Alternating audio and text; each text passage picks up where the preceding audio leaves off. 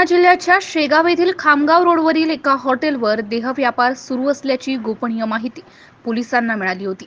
त्यावरून पोलिसांनी छापा टाकत 3 महिलांसह 11 पुरुषांना ताब्यात घेत त्यांच्यावर गुन्हा दाखल करण्यात आला आहे।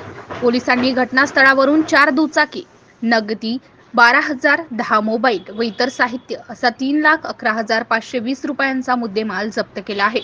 आरोपींमध्ये श्रीकृष्ण शेंडगे, महादेव टेकाळे, निलेश टकले, दीपक खेडकर, योगेश ठाकरे, प्रवीण दोलताडे, शरद शेंडे इत्यादींचा समावेश असल्याचे वृत्त आहे।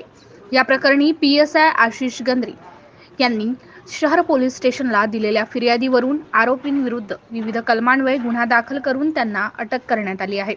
तर या प्रकरणाचा अधिक तपास ठाणेदार ठाकरे यांच्या मार्गदर्शनाखाली शेगाव शहर पोलीस करीत आहेत। MCN न्यूज मराठी करिता रवी शेगोकार, शेगाव।